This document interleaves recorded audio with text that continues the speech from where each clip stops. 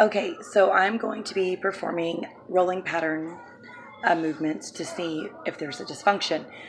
I'm going to be explaining what I'm doing as I'm doing it to give you an idea of why I'm doing it.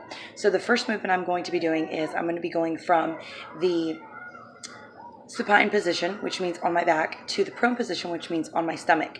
And I'm going to be using my upper body to move my body from the supine to the prone position without moving any other parts of my body to assist me in getting over into the prone position.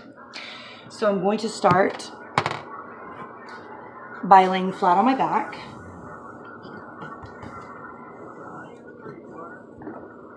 And I'm going to put my arms above my head. And the way that I'm going to move, if I'm going to move to the left, I'm going to look to the left with my head. For this particular movement, I'm going to the left. So I'm going to raise my arms up, and I'm going to bring my body over and roll onto my stomach, which is the prone position, like this. And then for the second assessment, you'll start with supine again on your back. And I'll look to the right, my arms above my head. And I will move my body to the right using my arms as a force to move my body into the prone position. So I'll look to the right and I'll move into the prone position.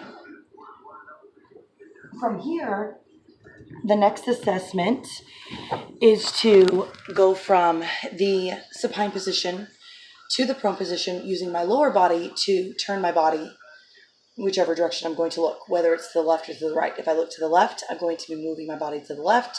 If I move my head to the right, I'm going to be moving my body to the right.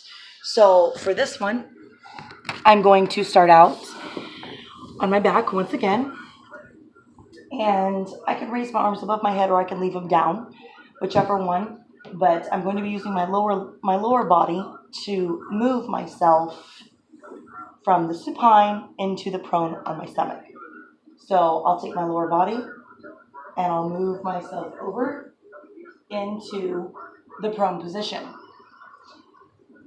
And that went to the right. Now, if I'm going to move to the left, I'm going to look to the left as I move.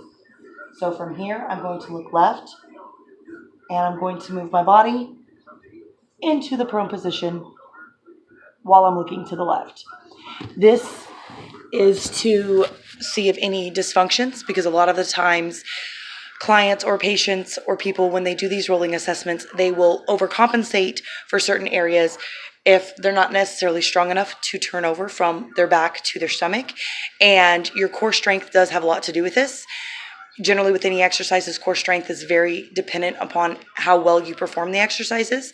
So having good core strength is very important, and this is a great way to notice any dysfunction patterns that there might be and to see if there's any compensations that might be happening at that time.